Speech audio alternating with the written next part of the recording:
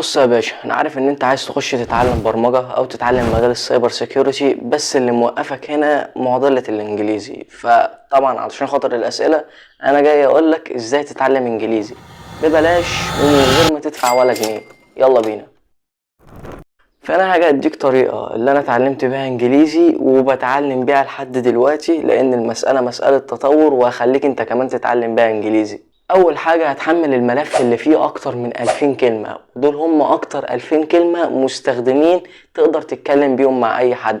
بمجرد ان انت حفظتهم تقدر تكون جمل وتقدر تتكلم بيهم مع اي حد. طب الملف دوت الاقيه فين؟ هتخش عندي في البايو وخش على اول فيديو وهتلاقي الملف سايبهولك في الديسكريبشن في الفيديو دوت. كده المشكله الاولى خلصت. المشكله التانية مشكله الجرامر. هتخش على عندك قناه الباشمهندس احمد ابو زيد، هتلاقي عامل لك لسته بالجرامر. هتخش تذاكر كل الليسته بالجرامر ديت براحتك انت بقى، وشوف هتخلص مذاكره الجرامر في قد ايه. كده انت دلوقتي محتاج الممارسه. هتخش على قناه استاذ عمر عبد الرحيم، وهتلاقيه مرشح لك في الفيديو دوت كذا بودكاست تقدر تسمعه للمبتدئ عشان تقوي عندك عضلة السمع وتعرف تتكلم مع اللي حواليك. كده انت معاك جرامر وكلمات واستماع. كده بقى ناقصك حاجة واحدة بس، وهي الالتزام والخطة، وديت انا مجمعها لك في ملف. اكتب لي ملف في الكومنتات، هبعت لك الخطة. سلام.